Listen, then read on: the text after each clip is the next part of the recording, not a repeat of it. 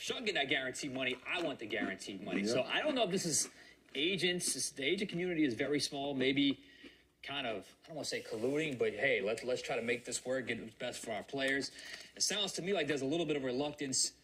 I don't know as much from the Saints end, because you're fully guaranteed, what is that, $2.5 million a season? It's not like it's a whole lot of money.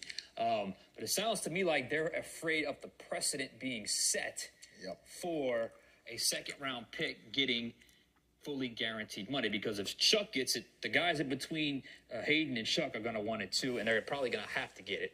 So there's a lot riding on the Saints' decision here. And it sounds to me also the guys behind Chuck, because those are only 2 second-round picks that have been signed to contracts.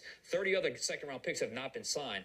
The guys after Chuck, well, they might not get fully guaranteed contracts, but they'll get a lot of it guaranteed. And perhaps they want to make the 40th kind of overall selection being kind of that line where it's like, all right, if you get picked in the top 40, you're getting a fully guaranteed contract. And the Chuck have that kind of muscle, have that kind of juice to get it done. I guess we're going to find out. Does he deserve it? Like, I would have no problem with $11 million guaranteed. I mean, like, it sounds a lot to you and me and to you probably watching, but in the grand scheme of things in the NFL, it's really not that much of a guaranteed money.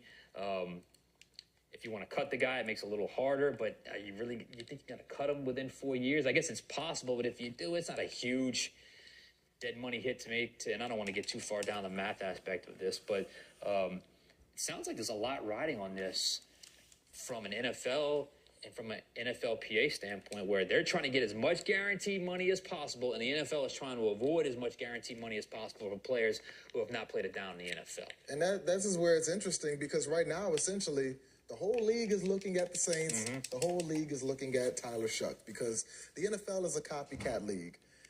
Before this year, a second-rounder had never gotten a fully guaranteed contract.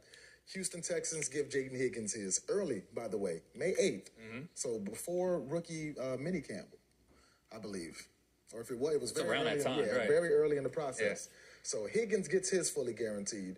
So the Browns, they see the writing on the wall. They say, okay, well, we picked the guy right above Higgins. If Higgins got his fully guaranteed, we're not going to mess around. We're going to give our guy fully guaranteed. Okay.